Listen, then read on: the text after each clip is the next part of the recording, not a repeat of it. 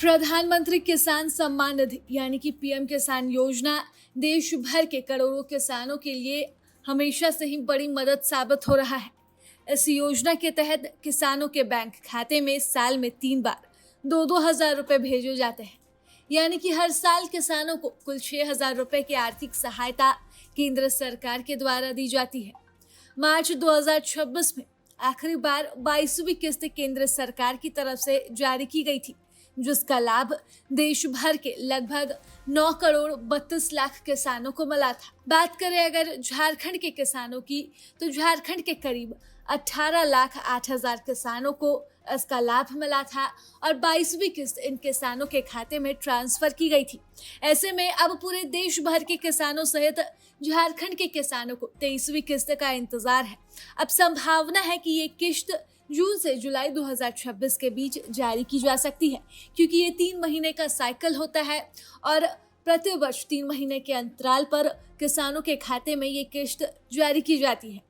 हालांकि किस्त मिलने से पहले किसानों को कुछ जरूरी काम होते हैं जो पूरे करने होते हैं, और अगर वो काम पूरा नहीं किया गया तो उनकी ये किस्त रुक भी सकती है।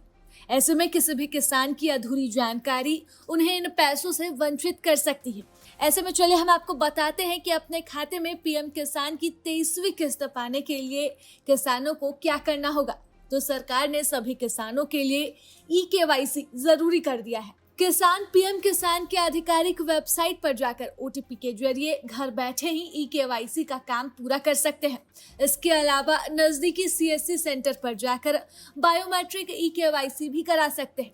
इसके साथ ही किसानों का आधार कार्ड बैंक खाते से लिंक होना चाहिए।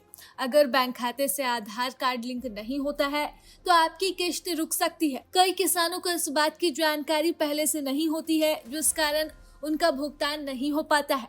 इसके अलावा कृषि भूमि का सत्यापन यानी कि लैंड वेरिफिकेशन भी बहुत जरूरी है।